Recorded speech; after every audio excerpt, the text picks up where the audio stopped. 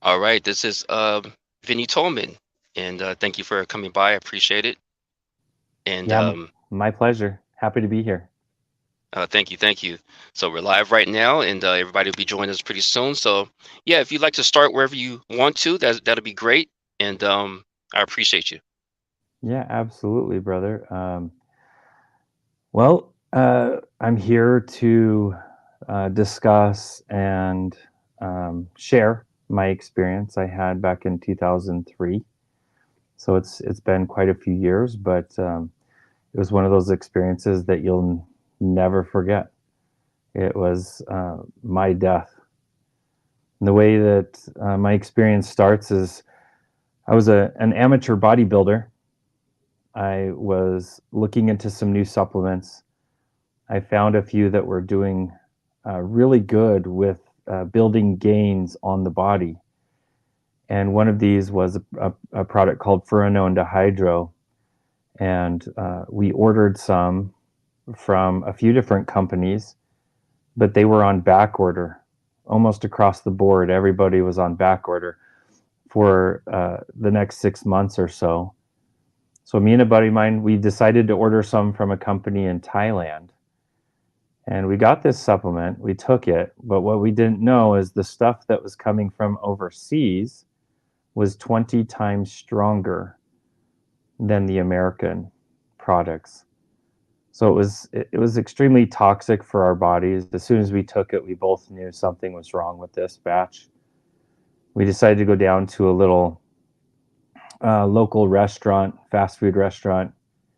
We went in there. As soon as I walked in, I went directly to the bathroom. I felt just extremely nauseated. So I wanted to go see if I could feel better in the bathroom. I went in there and I locked the door. Meanwhile, my buddy, he went in and collapsed on the dining booth and he started to vomit there. Well, the manager of the restaurant, he was able to call 911 and get he was able to get emergency services there and get my buddy hauled away. No problem. They took him to the hospital. They pumped his stomach, and they kept him overnight, but they released him the next day. But meanwhile, I was in that bathroom with the door locked, and I had fallen on my back onto the ground, and I too did aspirate. I vomited. I began to breathe in my vomit, and in doing so, I suffocated. And about 45 minutes after 45 minutes to an hour after my buddy was hauled away in his ambulance, the manager of the restaurant opened up that bathroom to find my dead body on the floor. He called 911. He got emergency services there. They pronounced that body dead on arrival, or DOA. They put the body in a body bag, and they left the scene with this body in a body bag. Meanwhile, I was watching all of this. I was watching it from the perspective of being above everything. I had no idea that what I was watching was me. I didn't feel that that was possible, that what was down there was me, because me was up here looking at everything down there. So I went and followed this team as they took the body away. I watched as they I watched as they were taking this body down the street, a few miles down the street, to turn it into the medical examiner. I saw that they were on that path when this rookie medic he felt an intuition. He felt something tell him that he needed to try to resuscitate this body. He unzipped the body bag and was feeling around for a pulse. He didn't feel one. The body was hard. It was starting to harden up the muscle tissues. It was cold to the touch, and it didn't stop him. He kept feeling for a pulse. He ended up getting down to the femoral artery, which is the big artery on the inside of the leg. And when he felt down there, he felt a spark. He felt a shock of sorts, but he felt something. And that was enough for him to decide that he wanted to attempt resuscitation. So he unzipped, fully unzipped this body bag. He started feeding oxygen into the lungs of the body. He then hooked up a defib machine. And this defib machine, it shocks the body to try to help the heart beat. And he hooked that defib up. And on the first round, he didn't get any results. The second round, he did. He got a single heartbeat. And then on the third shock, he got a steady heartbeat, consistent and steady. It was faint, but it was steady. And with that, is one of my first miracles, is when he followed that prompting, and he followed that prompting to try to resuscitate the body. It just so happened that when he got the heart started, he was only like 200 feet from a trauma center. So as soon as they got the heart started, they were able to turn the body into the trauma center. And still, I had no idea. I had no idea that was my body down there. No idea. I equate it to being in traffic and looking over and seeing your car and seeing someone dressed like you driving it, but that's not you because you're over here in this car. But that's what it felt like. It felt like that couldn't be me. That had to be someone else. I could see they kind of looked like me, but it wasn't me. But as they transfer the body from this ambulance into the trauma center, they had to strap the body down. It was going into convulsions and doing some pretty gross things. And as it was doing that, they had to strap it down to prevent it from convulsing. And I felt them strap me down where I was watching everything. I actually looked down and I saw their strap on my left arm. And that's when I had this huge realization that everything that I had just been watching was my own death. And that's going to freak you out no matter who you are. I don't care your belief system or what. But the first thing I thought was, how can I be so dumb? How can I be so dumb to be sitting here watching my own death and have no idea that it was me that I've been watching? So I started to let this fear energy, this dark energy come over me. And as it did, I got to see all the bad things I ever did in my life. I got to see, even things I did as a child. I saw what I did, but I also saw it from the perspective of those who I did it to. And after I got to the end of seeing all these bad things I ever did, I started to feel some warmth on my back. And as that warmth started to grow and expand over my back, I then started to see all the good things that I ever did. And I saw that I did far more good things than I ever did bad. I got to see that when I was sometimes just helping people in random ways, that they in turn were turned and helped others.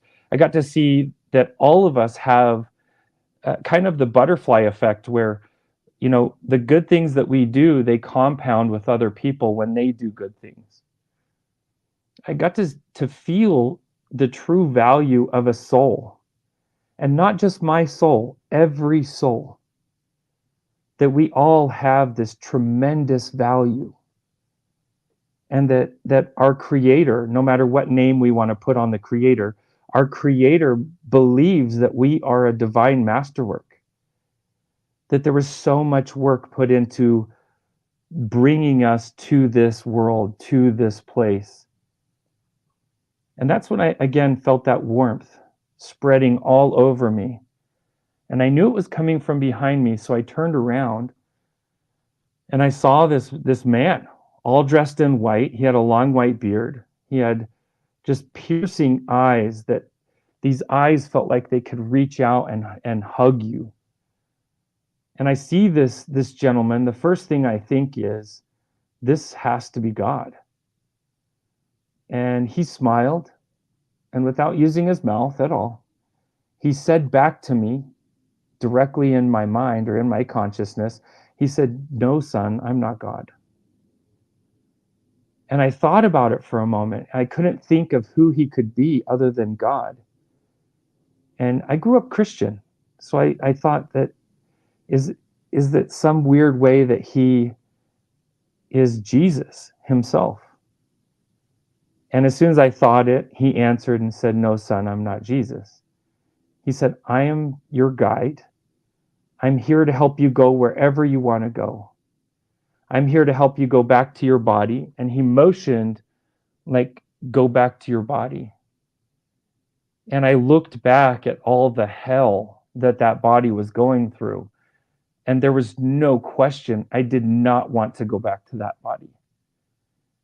And he said, "But if you don't want to go back to your body, I can take you anywhere you want to go." And I thought about it for a second, about anywhere. I thought about all these places in the universe that I have been fascinated by as a child. And I thought about, sci-fi shows that I saw, that it would be so neat to go to some of these places like Alpha Centauri or the Pleiades, or even to another planet. But then I got focused on this love energy that was coming from him. And I said, "Well, where is this energy coming from? This energy you're giving to me. I can feel you pouring it over me constantly. Where does that come from?" And he said, "That comes from your home. That's where you came from originally." And he said that you can go there as well. You can go to your home if you want to. And he explained that that was his home as well, that he could take both of us to our home. And instantly, I knew that's where I wanted to go. I wanted to go home, to where all souls come from. And he explained his name was Drake, and that he was there to help me go home, help me learn and do whatever I needed to learn or do to get home. So we began this journey, began this very long journey. Now, meanwhile, my body, it had been revived, but I was brain dead. And I was brain dead for 3 days. So during those 3 days, I was on this journey with Drake. I was learning about the real existence. And I say that, and I want to reiterate that that is the real existence, not this. This is the sandbox that we go and play in. But our real existence is there. That's where we really exist. That is a million times more real than here. And he showed me that, this process of going home, that it was not just traveling a specific distance, but it was to travel through frequency or dimensions. That I would have to travel from the earth frequency or the earth dimension up to a much higher dimension or much higher frequency. And as I could follow along, I wouldn't have to embrace everything he taught me. I only had to be willing to accept that it was possibly true. And I said, "Let's do it. Let's go." And being raised Christian, I pulled out my Christian card, my energetic Christian card, and said, "Well, Drake, you don't have to worry. I'm Christian. You can just point me to kind of the VIP entrance to heaven. I can just go. I don't need to do any, testing or proving. Just show me where to go. I can get in. I know everything I need to know to get into heaven, into our home." And he laughed. He lovingly laughed at me about that. And then he explained that he said, "Vinny, I love that you think that's how it is, but what I need to do is still focus on a few principles with you.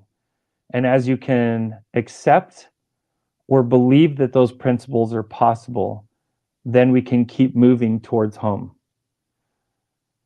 So I kind of sighed and shrugged, shrugged my energy and said, okay, okay, it must be all about love. I know love is the most important thing in the universe. And he said, yes, love is very important, but the most important thing is actually authenticity, that we have to be authentic.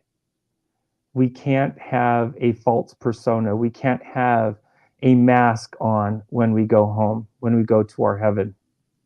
That we have to really boil ourselves down to who we really are.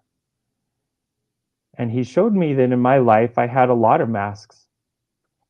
In my youth, I had worked a lot of different industries. One of the industries I worked was in TV and film, and so I had all these different masks that I put on depending on where I was working or what friends were around me or if I was with family. So I had to work my way through peeling away all the different masks I had built upon myself, and then understand that there was a common me that was the common self between all those different masks that I was wearing. And finally, when I had accepted that authenticity was paramount and it was the foundation of moving towards my heavenly home, he then explained that the reason I was even on earth is because I wanted to go there and learn. The earth has and always will be a classroom and has never been a courtroom. That we come to earth so that we can choose to learn. We can choose to build relationships and use our thoughts to create. And that was really impactful to me. Drake then went forward and showed me that once I could understand why I came to earth, then he could help me understand that love is paramount. Love is one of the most important things. It is the energy that runs the universe. But what I needed to really understand is love for everyone is what makes the universe run. That God's love or source's love or creator's love, whatever name you want to put on deity, um, source's love is a love for all of us. So I had to love everyone. That was vitally important for my progress. And once I could learn to love everyone, I needed to also learn to listen to my inner voice. The voice that the medic listened to tell him that I wasn't dead. That was his inner voice. In your life now, whoever's watching or listening to this, if out of nowhere you start thinking about a friend or a family member, and shortly after that they call you or text you or you see them at a store, you know that that's that inner voice talking to you, letting you know that a connection is needed. And that inner voice is within all of us. Every single one of us has that inner voice. Some of us are better at listening to it than others. And there is an enemy to that inner voice, and that's technology.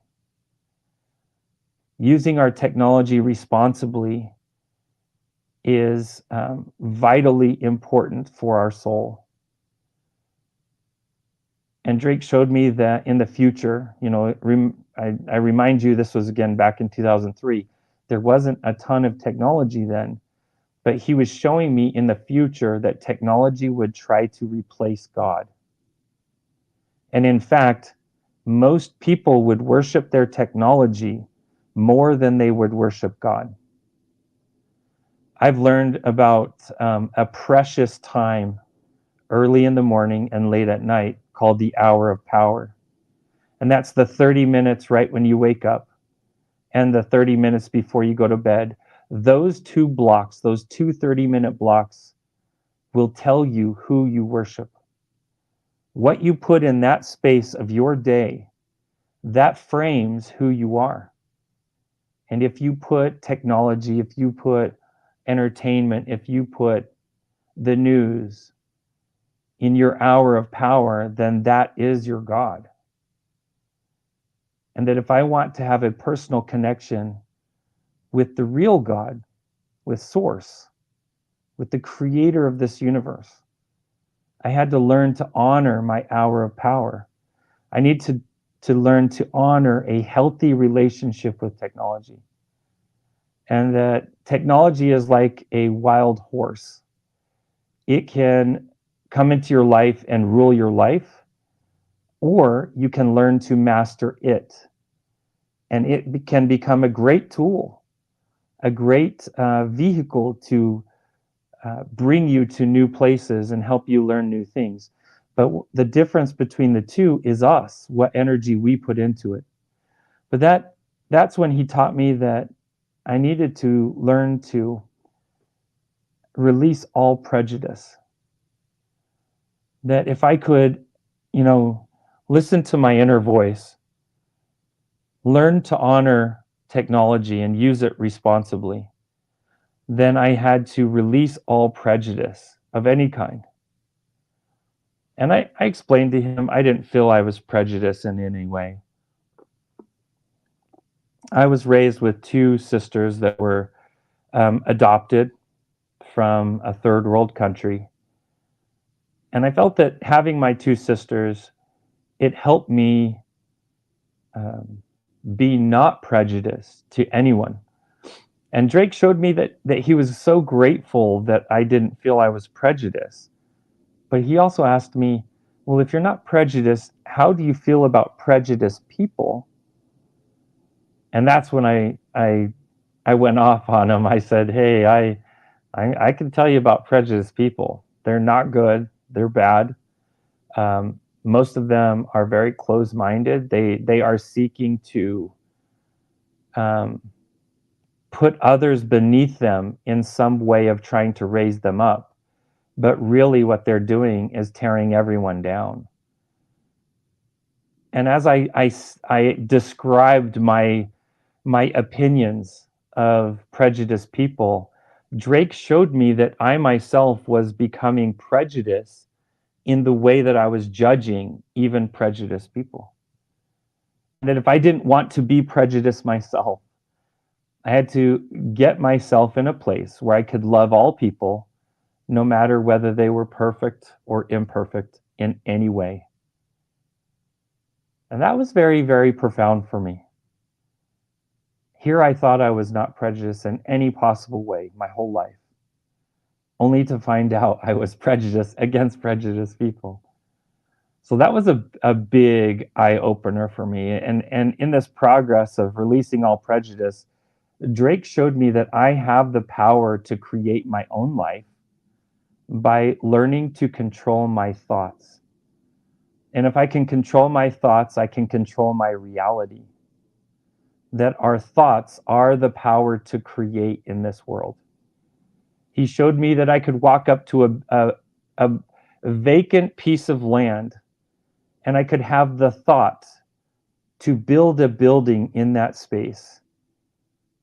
And if I continued to have that thought with time and effort, I could eventually create a building in that space. Of course, in this world, I would be using architects and engineers and contractors, but it still started with the thought first.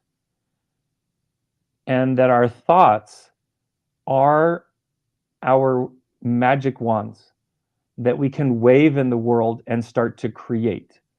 And we need to learn how to use our thoughts to create. They are the power of creation. And that if our thoughts are the power of creation, we have to understand how important it is for us to avoid all negative influences. You know, life is going to have negative influences, but we don't have to seek them out. If we seek out those negative influences, um, we are choosing to put down our magic wands, to put down our power of creation, and we can get the power of destruction. because that's what happens when we allow negative influences around us um, too much. Then we start receiving the negative deposits from the negative influences in the universe. And then if I wanted to understand that even those negative influences have a purpose, and that even evil itself has a purpose, because to have a world that doesn't have evil would be to go to a school that never has tests.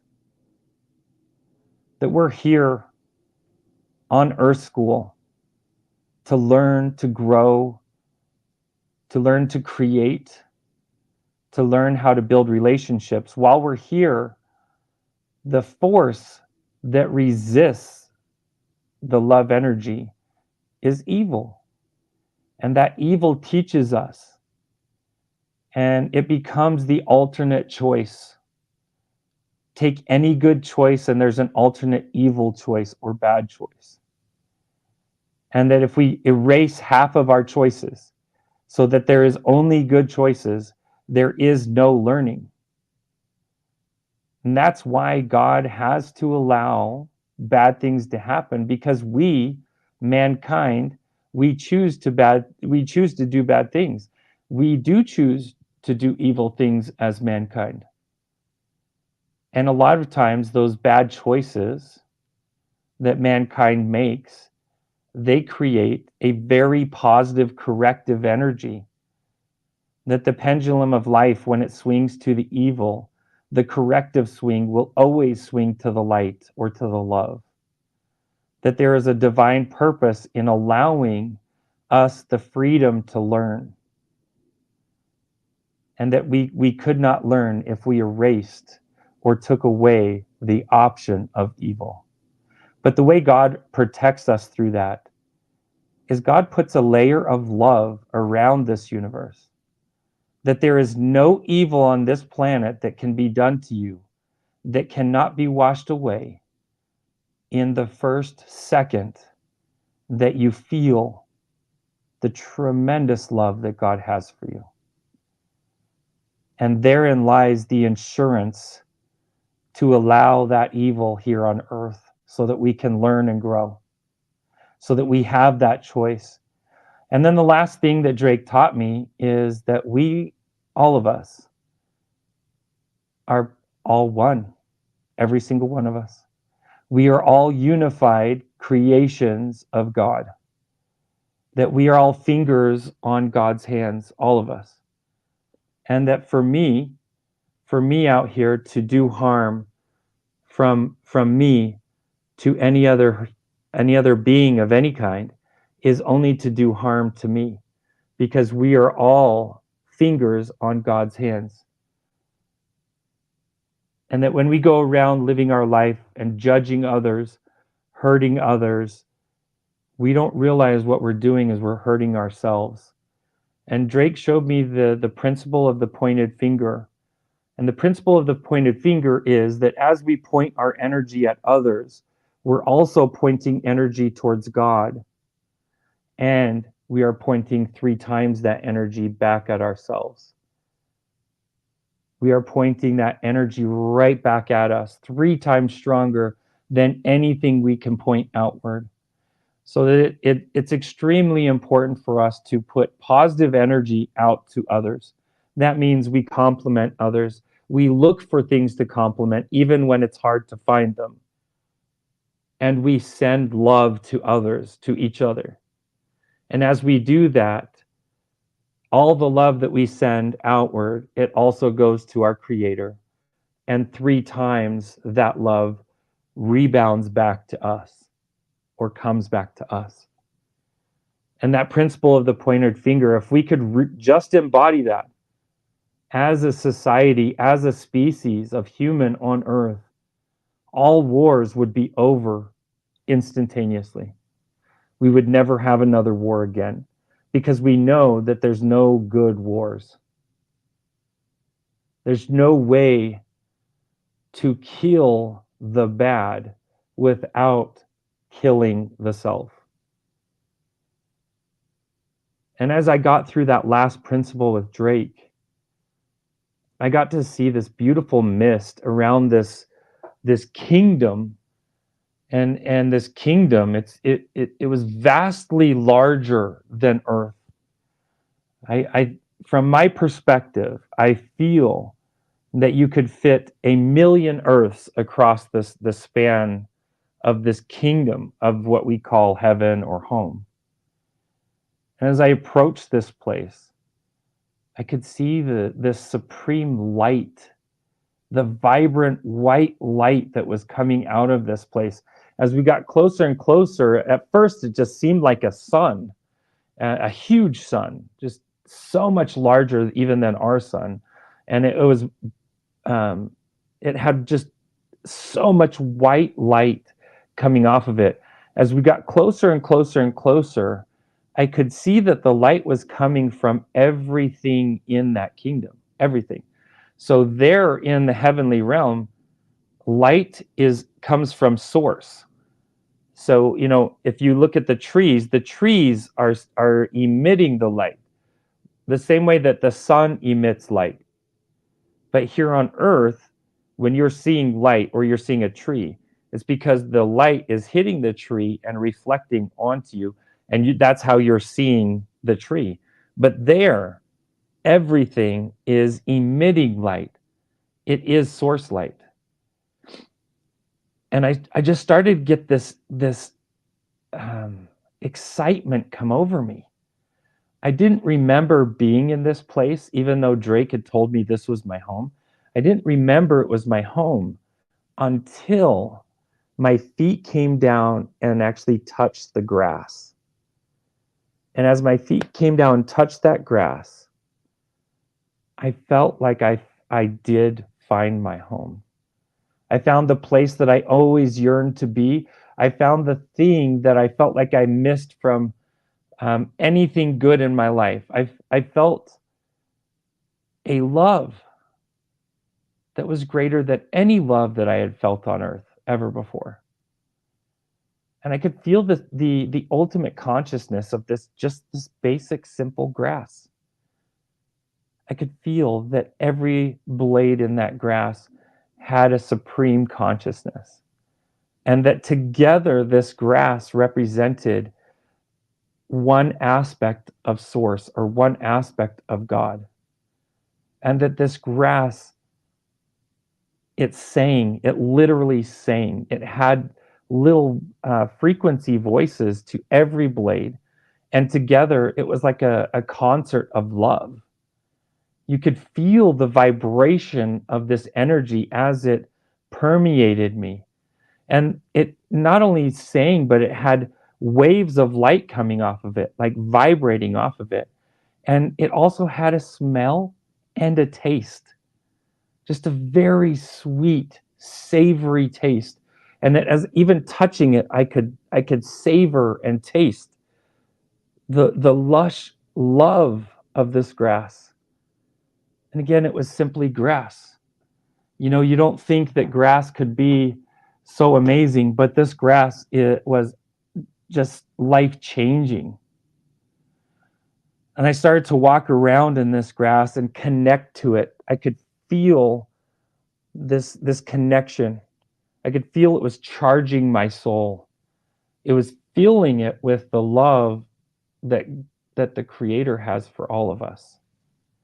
As I'm walking around, I could feel that there was just almost too much excitement in me to experience all of this. And that's when Drake, I could see him smiling, and he says, "Vinny, if you think the grass is good, you should see the flowers."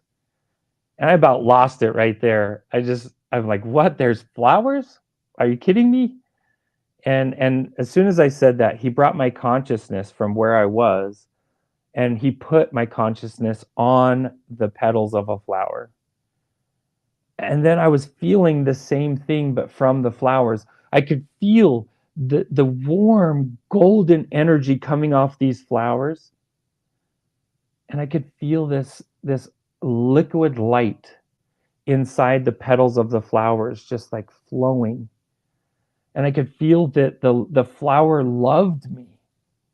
And I had no idea why all this this energy was loving me. I felt so unworthy of that love. But that's why I feel that that love was being given, is there's not a way to be worthy of that love. It's given to all of creation. And then, I'm geeking out on these flowers. I'm just loving every second connecting to the flowers. When Drake pointed and he said, "There's also trees." And again, I about lost it. I'm like, "Oh, there's trees. Are you kidding me?" And so I started doing the same thing with the trees. I could feel that each tree was individual, but yet it was a hybrid network of trees, that they were all together like a hive, or a collection of love from the Creator. And that's when I felt a little tap on my toe. And I looked down to see this little stream of water. It had taken a piece of itself and brought it over to my feet. And I felt that water ask, "Do you want us on you?" And in my excited state, I said, "Of course I do. I want you on me." So the water started to come up over me. It started, across my feet. And it was so beautiful because it felt wet, cold, and warm, but yet it wasn't wet. I could feel that it was electrical. It was like liquid electricity pouring up over me, and there was millions of shades of color just bouncing around in this water. As it came up over me, I felt it changing me. I was raised in an abusive home, not a perfect home, and I had a lot of cracks, a lot of breaks in me, in my soul. And this water, as it came up over me, it filled in, it fulfilled every little crack that was in me. And it got all the way up over my head, and it completed itself. It completed and connected to itself above my head. And I could feel it had completely changed me. I also feel that, on earth, within religions, some religions practice something called baptism. And I feel that this is exactly what we are emulating, or we are copying, when we baptize. I came out of that water a completely different person. Completely different person. I was not the same man that had been brought to heaven. I was upgraded, completely upgraded. And I wish I could have kept all those upgrades, but I did have to come back to earth. But as I was getting through all of that, I saw this building off to the distance. And I was trying to learn about the building and ask Drake about the building, when Drake got this very somber look on his face. And he looked at me and he said, "Vinny, this is going to be really hard, but it's going to be worth it." And he put his arms around me and he hugged me. When he hugged me, our two energies of who we were, two energetic bodies, we came together to become one. And when we became one with this hug, I felt like this boom, like a pulsar, like a huge pulse of energy that came off of us by coming together and in brotherly love and fatherly love. And that's when I started to hear in my ear. I heard a prayer that was being given to my body by my brother. So my blood brother on earth, he was giving a prayer over my body. Now, again, I'd been in a coma for 3 days, and the hospital wanted to turn the body over to palliative care, which is a special place you put people that are in comas so they can live out the rest of their lives in one of these places, like a hospice or a rehab place. And my brother was very afraid that I was not going to come back. So he was there in earnest and in love for me and my mom, he was very worried about what my mom was going to go through if I was dead. And he prayed with every bit of love and energy in his heart. And he commanded me to be made whole. And he commanded me to return to my body. He commanded my soul to come back to my body. And when he completed that prayer, he said, Amen. I felt instantaneously I was forced back into my body. Instantaneously. And in the real world sense of things, my brother had said that prayer about 10 p.m. And I woke up in my body at 1:11 in the morning. When I woke up, I was extremely claustrophobic. I pulled everything off me and I tried to leave the hospital. Of course, they weren't going to let me leave. They made me stay and take a battery of tests. I tested for 6 hours, MRIs, blood tests, questions. I had to meet with quite a few different departments before they would let me go. And finally, at 7:30 in the morning, I was released to my father, who was there to pick me up. And at this point, my experience wasn't over yet. 6 months later, I was in this little town in Wyoming. I was watching a presentation at the local high school in this town. And I watched a historical presentation of the founders of this little town called Afton. And up on the screen came the picture of Drake. I was I was I was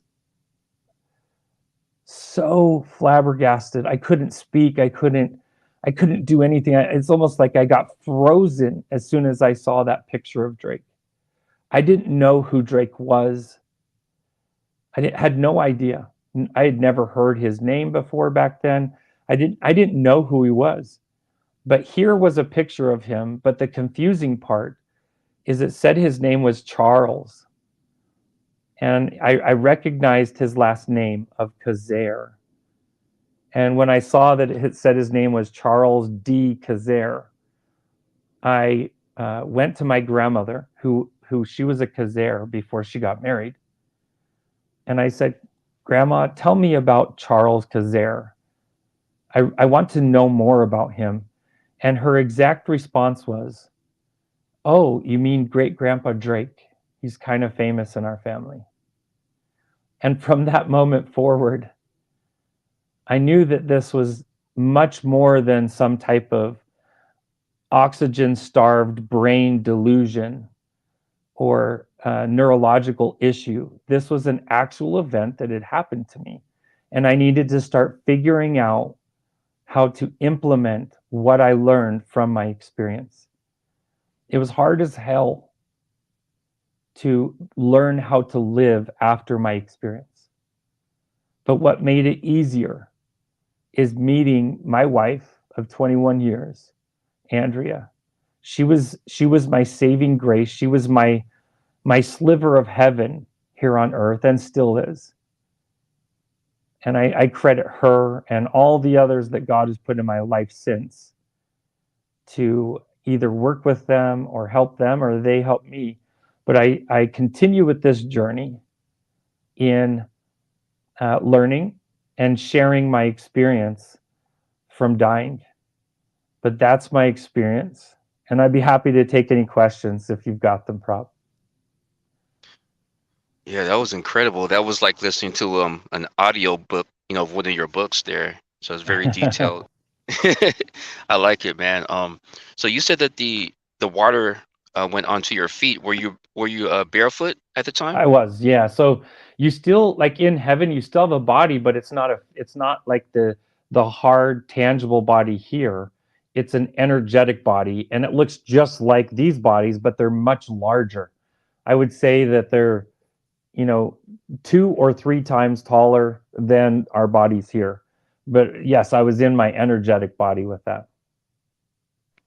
Oh, that's crazy. Oh, so some that have had a near death experience, they say they met angels or had encounters with angels, and they were like really tall, like 13 stories high. Yeah, Did you I've experience? yes, I've experienced them since my experience. So ever since I had my experience, um, I can see and speak to spirit.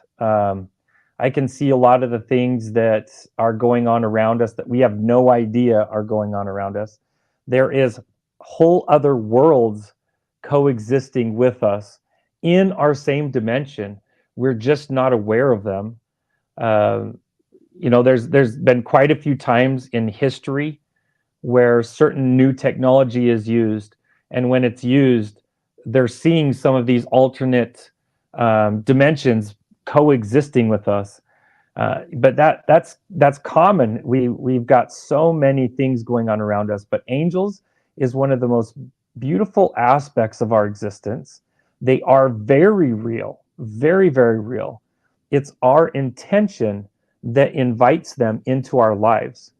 And many times it's the intention of our parents or grandparents or the prayers of loved ones for us that invite the angels into our world, our space. But angels are very, very real. There's many, many different types, and some do have wings, some don't.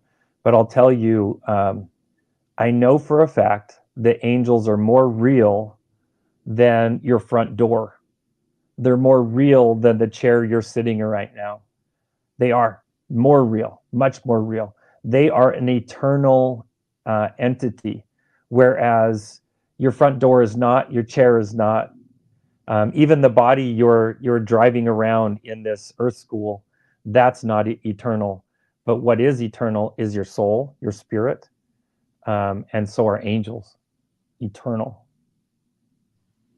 Okay, yeah. Do they reference themselves as angels, or is that just a human, terminology? So angels or essentially mean of well anything that says L on the end means God.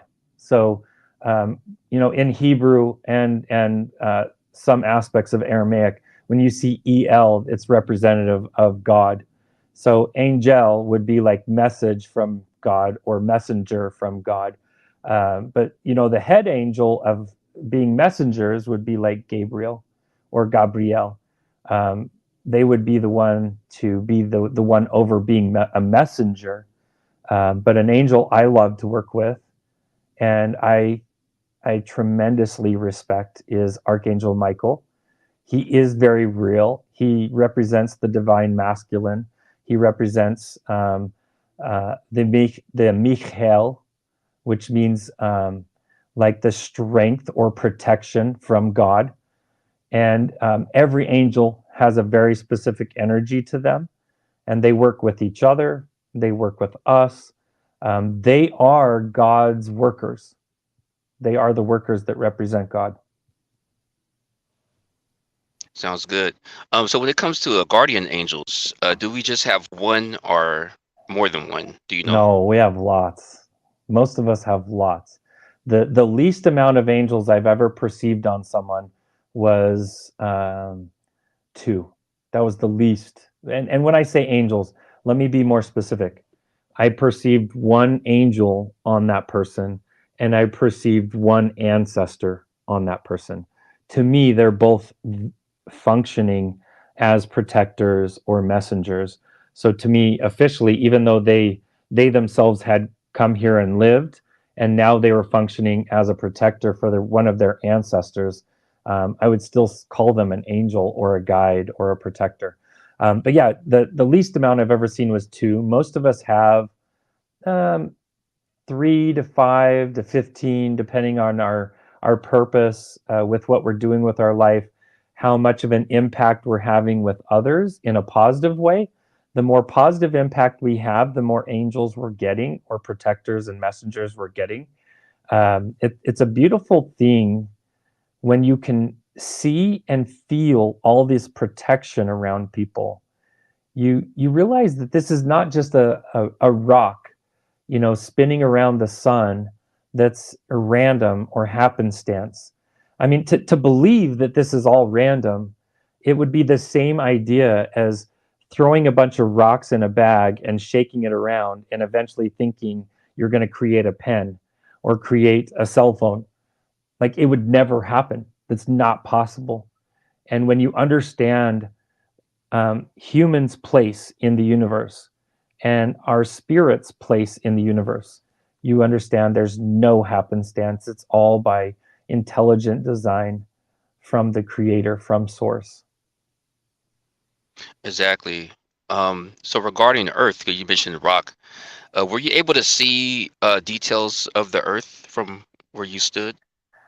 I was able to see that I didn't see it as I was leaving Earth, but I did see it as I was being forced back. Um, I saw that it did look spherical to me. It did. I didn't see, sorry, flat earthers, I didn't see that it was flat, but I'll tell you, Hmm. that doesn't mean that that's not possible. But I'll tell you, from my perspective, it did look like a sphere.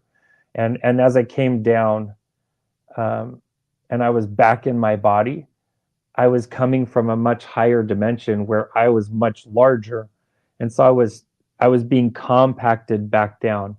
So it was hard to get a clear grasp of what Earth is, but I do know that there is some beautiful mechanics built into Earth, and that all this mechanics, I would call it like an energetic mechanics, or mechanisms, are built into the Earth by design, and the Earth itself has these big cycles that it goes on. And what we consider this or that, we put different descriptions on it on Earth, that these are not something we're doing or creating. These are the cycles that the Earth does on a regular basis. Hmm. Okay, so Katina Birdcage has something to say from the chat. Somewhere I have heard about reincarnation before. So do you know anything about reincarnation? So here's what I say to this: is for me to say there is no reincarnation, or to say there is reincarnation for everyone, I would be mistaken in saying that, because I'm not God. I am a piece of God, the same way that you are, and everyone listening to this or watching this. We are all pieces of God. I will tell you that if God wants someone to have multiple lives and they want to have multiple lives, they will. I also know that if we feel that we completed everything we needed while we're here, and we go to our home, we're not forced back. There's no system of forcing us back. The only system that would allow us to come back, would be our free will, if we wanted to come back. So, I feel that a lot of religions take a very strict stance on this. But even if you go study the official canon of Christianity, you can find out that Yeshua, or Jesus, he refers to someone very close to him as being Elijah in another life. So it's like, you have to understand that to put a man, a law from man around God, is to try to shrink down what God is. If we ourselves elect to have another life, we can have another life. But if we don't, um, then we don't. Yeah, I know that many, many people come here and have one and done. They get what they need out of it. But also many, many, many, and probably more, have a lot more than just that one. Depends on what they were doing before they came to Earth School, because that's another aspect that we don't learn about. It's not something that pertains to Earth, so we don't know about it. But many of us were working in a capacity for thousands and thousands of years in another place, and we volunteered to come here to help with Earth School, because Earth School is really important. Right, right. We get to learn and grow spiritually while we're here. Mhm. Um, Have you heard anything about a reincarnation trap? Like, don't go into the light because you'll be tricked by archons or anything like that? That comes from a place of fear. Anybody who says that, it's coming from a place of fear, and I don't want to judge them for having that fear, but I will say this: whenever we take our beliefs and we build them out of fear, we make lots of mistakes. And look at your own life. Look at a lot of the things you've done out of fear, and notice where it puts you. It puts you in a lower energy space. And I'm a human dad, and the way that I love my kids, I know that, no matter what they're going to do, I'm going to love them. That's a fact. And that's the love of a human father. You can imagine the love of our creator, how much greater that is. And our creator is not going to curse us into some type of trap. It's not. We're Mm-hmm. we're here because we chose to be here. You can meditate and do a deep meditation to see your own life contract. And you can see if someone else signed it. And I've never seen ever someone else's signature on your life contract. Never. It's always yours. It's you. And when I say signature, it's not like an actual pen or anything. It's your energy. You select what you live. Oh, so that's what the contract is. It's not actual like a piece of paper. It's more No, it's like an a it's an energetic agreement. Yeah. But who creates it is us. We create it. We are the ones who volunteer to come to Earth School. This is not a prison, no matter what people want to tell you. Never was. Now, it's designed to encapsulate the soul, because if you don't encapsulate the soul while you're here, then you would want to go right back home, because it's kind of like you get into one of the hardest universities, and the first semester you're there, you're like, oh no, this is way too hard, I want to go home. and hmm and that's why there's an encapsulation energy here, and some perceive that energy like it's prison. It's not prison. We volunteered to come here. hmm I kind of figured when I heard people say that, they're kind of referring to like we're spiritual beings and we're here in a human body and we're kind of like stuck and we had to go through all the ups and downs, and that's why I kind of assume they mean Yeah. um but in that, well, that's the way I took it because I don't think it's a prison, Yeah, but not I a think prison. yeah, we do go through ups and downs, but that's part of the school of learning, like you were saying. um and the whole don't go into the light, I figure that when someone is a teaching to don't go into the light because it's a trick, then when that That's time the comes, actual that's a trap. yeah. I know. Here's one thing I'll tell you. When I'm going around my day and going about my activities, and I run into a soul that's wandering here on earth, they're very confused, some of them, and they refuse to look at the light. They're so afraid that they will have to face their mistakes and face their own lies, that they keep that fear from allowing them to move forward into the eternities. And it's that fear that keeps them walking around in circles being confused. Well, they would be ones who would be afraid of the light. And I say this is, if that light brings you unconditional love, you go towards that. That unconditional love, you can't fake that. You can't. Because it's more than light from what I've heard. You feel It actual is. love You coming feel from it. it. Yes. It's a golden white light. It is the light that ascended masters have worked with on earth and healed people with on earth. But it's an amazing, beautiful thing. And once you get a little taste of it, you all of a sudden remember who you are, and you start to want to go back to your home, or to get back on track to doing what you were set out to do when you came here. Right, right. Um, so let's say if I go to a city and I tell people that I've had this experience in this city, uh, where is that city located? So it goes, what I'm saying is, you said you had experiences in heaven. Where do you think heaven is located, or what is it? Is it a planet or? Heaven is another space, but it's also here. Like we have access to heaven here within us. So the keys to the universe are within us. And you look at one of the greatest teachers on earth, they said, I am the way, I am the path, I am the light. And what he was saying when he said that, it was saying, like, look how I'm connecting to the creator. I connect to the creator within me. I'm not going to this cleric or this rabbi or this pope or this bishop. I am going within and finding father there or finding creator there. And that's the ticket, is heaven is here inside of us. And the holy temples are right here. These are your holy temples. So these are more holy than anything you can find in the outside world, much more holy. So don't put a bunch of garbage in here and wonder why your life has taken a downturn. Like, keep your holy temples holy. Hmm. When you came back to Earth, did you go through like a tunnel of some sort? To me, it was going so fast. I felt when you move something so fast, it will probably feel like you're in kind of a tunnel. But to me, it just felt like space was moving extremely fast around me.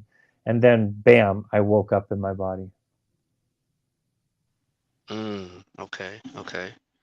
Well, man, that's an incredible story, man. I mean, I appreciate you sharing it with us here. Yeah, Um, thanks for having me here to share it. yeah, yeah, definitely. So there's a couple more questions if you don't mind. Do you have a little bit more time? Sure. Yeah, you got it. Okay. Yeah.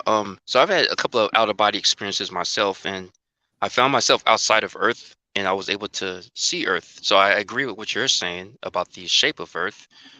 And some, flat earthers would say that um, although you're looking up in the sky and you see the moon and the moon is round, then that's an illusion. So, what do you think about that? I Here's what's weird. You can take someone who believes there is no flat Earth, right? And even if you put them in front of a flat Earth, they will not see it. You can take someone who believes there's only a round Earth and put them in front of a flat Earth, or vice versa is what I'm saying. We are going to believe what we choose to believe, no matter what the facts say. So choose to believe something good. Make your choices Right. right. And when you know something is coming from a place of fear, uh, just know that you are susceptible to manipulation when you put fear as your paradigm. Fear is the easiest way to manipulate others. That's why the news is so popular. Mm-hmm. You said earlier that the realities are they merging? Are they just coexisting? Um, Both. So they're coexisting and they're on their way to becoming one. So in a far off time period, Earth is going to return to its home, and its home is in a much higher place than here. So we are on that trajectory, and it's not just Earth. Our entire galaxy is flying through space at the same time. So our solar system, our galaxy, all of it, we are all moving through space at so many miles per hour, which is really, really fast. And what that is, it's our created zone is moving back to its home. The same way that a boomerang, when you first toss it out, it goes on a big elliptical and comes back. That's what the entire system is doing. But instead of thinking of it as point A and going out and coming back, think of it uh, like a toroidal field. If you're familiar with a toroidal field, we're on one side of the toroidal field and it's rotating, and we will eventually be back where we came from. So you're saying that the galaxy is moving through space? I've heard someone say that Earth is doing the same thing, but I thought Earth was just going around the sun. Like we're actually moving through space. Yeah, so our sun, our entire solar system, our entire galaxy is actually moving together through space. So even though the Earth itself and our 9 planets or 8 planets or 10, depending on who you're talking to, so all of our planets are moving around the sun, and the sun itself, this whole system, plus the outer systems right outside of us. But our essential galaxy is moving together. We're moving through space in almost in like a fixed um, a magnetic structure. We are moving together as if this magnetic structure is some type of um, um, what's the best way to say this? It's some type of related relationship holding us in space as we rotate around the sun and spin too. But the whole system, the entire system, is on that same trajectory. Yep, and you can see it when in the math. You can see many people can show you the math that is showing that the entire system is moving through space together. Mm, wow. And you said we're all going back home. Like, what is that? Like, where are we headed to? Like, what So does that look like? What does that look like? Earth was created much longer than what we've been told. So the Earth was created a long time ago, and it was created as this school for souls to go on, learn what they need to do, and then go back home.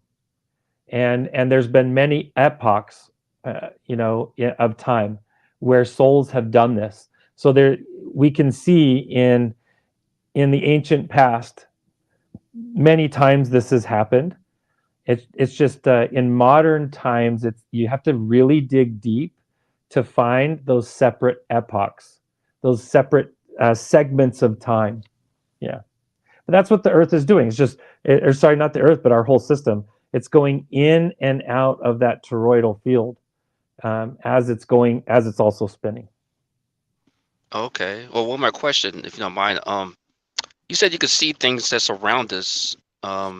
What is, do you want to say what some of the things you could see that's around us that we can't see? Well, for instance, I go to a store and you see, just people getting their groceries. Many of them have got their grandmother with them, or an angel and a child who's on the other side with them. But every single one of us has spirits around us. Everybody. I have never, in ever since I had that experience, I have never, not once, seen. Well, no, no. Let me take that back. I did see one guy. He was about to die, and he was on some type of bath salts. He was the only one and only, but he did have angels like a little far away from him, waiting for something to happen with his body, and then they were going to help his soul move on. But outside of this gentleman, I everyone has spirits. Everyone has angels around them. Whether we want to call them ancestors or actual angels, it doesn't matter. We have guardians, protectors, guides, loved ones who are all around us all the time. Mm. One person said they had an NDE experience. They were in heaven, and they seen that their cat that passed away, and their cat Mm-hmm. was sitting at their cat was sitting at a tiki bar, and it was actually talking to them. Well, I It's, feel that that might have been a little creative licensing with their imagination, but if that's what their soul needed, our creator is going to allow the soul to see something like that. But yes, our pets very much are alive in heaven. They're very much a part of our eternal. They are part of our eternal existence, and that's what's so beautiful about this life. When you go and make a positive difference in someone's life, you leave an imprint or a sliver of who you are with them, and they get to take that with them eternally if they want to. They don't have to, but they get to if they want to. Especially if they get to the heavenly side or to our real home, and they feel like they want a piece, like a sliver of you with them all the time. Then you're going to lovingly lend that eternally if need be. We have unlimited energy there. We are unlimited energy there. And so all of this, the whole system is built out of love to help us grow, progress, learn the power of creation and the power of our thoughts. And even after this existence here on earth, we continue to live forever.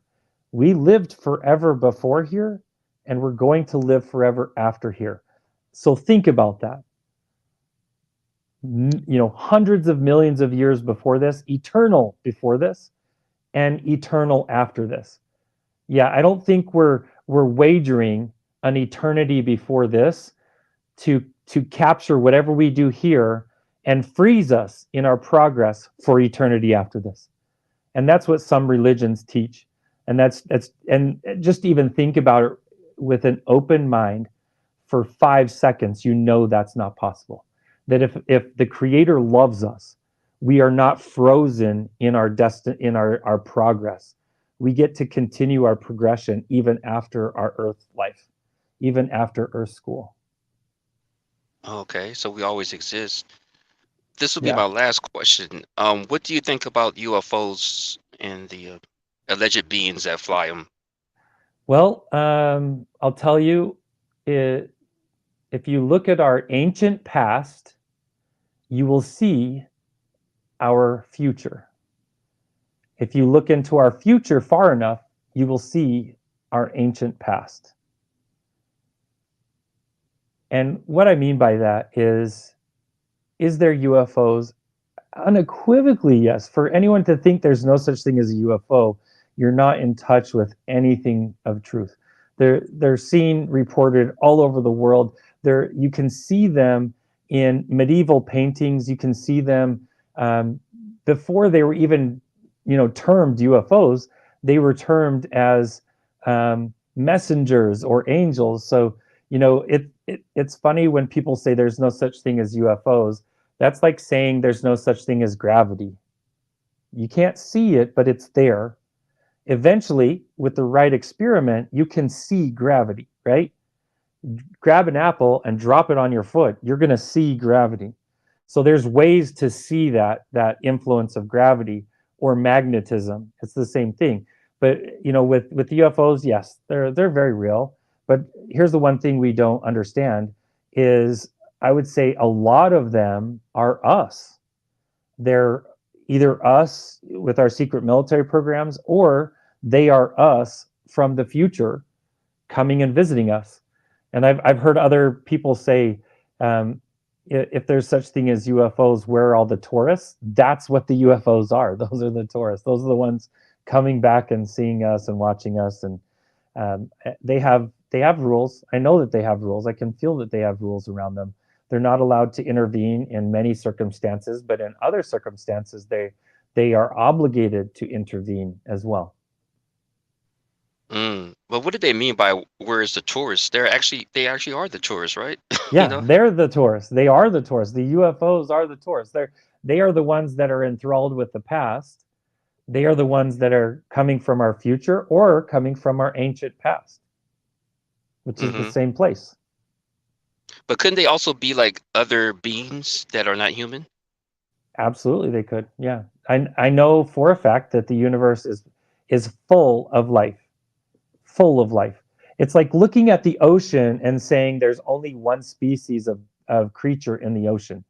That's there might be only one species in a small pond, but the more you look into that, you will see there's many species of all sorts of organisms, even in a small pond. So widen the zoom. There's life permeating the universe. It's all over the universe in many many different looks and forms. Okay, okay. I know I said this would be the last question, but this right here is the last question. I'm enjoying speaking to you, so I appreciate it. Do you mind one more question? Just one more. Sure, one more is good. Yeah. Okay. Is it possible that something could supernaturally change, let's say like a name, someone's name, or maybe a building is there that wasn't there before, if you know what I mean. So here's what I perceive this as is there are multiple timelines, multiple alternate realities all working at the same time, all of them. And what's happening is many of those timelines are culminating and coming together and unifying. There's a kind of an enigma called the Mandela effect, where 50% of the population remembers this particular history or historical event as one way, and 50% believe it another way. That means there was two timelines that came together to be one, right? And there's so many of those. If you want to go have some fun, YouTube Mandela effect. There's hundreds of thousands of Mandela effects in every culture, in every language. They have Mandela effects. So that to me, that's just a symptom or a an evidence of multiple timelines coming together, multiple frequencies or alternate realities culminating and unifying. That's what I feel it is. Okay, so I hope that there's not a really bad reality that's going to emerge, if you know what I mean, if that makes sense. Well, I don't want that. if we want to, as an individual, if we want to believe there is, and we believe it long enough, whether there actually is or not, our perception will allow us to believe it's happening to us. And when it's not actually happening, but our perception allows us to believe it, in our world we call that delusion. And delusion to the person receiving it or feeling it, that is very real. So it's important. Use your magic wands. Your thoughts are your magic wands. Choose to create good things with your thoughts. Be very leery of allowing yourself negative thoughts on a regular basis. They put you in a lower state of being. And when you allow yourself in such a low state of being, it essentially your fear becomes a prison. And that's not a good place for anyone. Correct, correct. Um, yeah, thank you for having me. I was just reading the comments, but thank you for having me. Well, thank you for being here. So, Thank you, Prop. Thanks for having me, man. I appreciate it. I try to share this with whoever wants to hear it. I feel that the reason that God sent me back was so that I could share my experience. I truly feel that me and many others like me that have had extensive near-death experiences or after-death experiences, that we are the PR campaign for heaven. We are. We're here to share what we learned from heaven to allow Earth to remember or remember, come back together to the knowing that heaven is real, that the eternal existence is a fact. We don't have to believe it, but it is a fact. correct, correct. I agree with that. Hopefully we can keep in contact. I appreciate you so much for, spreading the love and spreading your experiences to us. Thank you for that. Absolutely. Absolutely, Prop. In physics, we know that energy can never be destroyed. It can only change from form to form to form. And the energy that animates the body, whatever term you want to put on that energy, I put the term spirit, I put the term soul. You cannot destroy that energy, and you can't sell that energy. People that talk about selling their souls, it's not theirs to sell. You can't sell something that's not yours. So I'll tell Mm, you, you might have some fear mongers teaching you have, or you want to, or you're going to, but that's not possible. You can't sell something that's not yours. It's a beautiful freedom to know that your soul is eternal, and nobody can mess with that. Nobody. that's the first time I heard that you can't sell your soul. I always Yeah, hear people say it's that not person sold yours. their soul.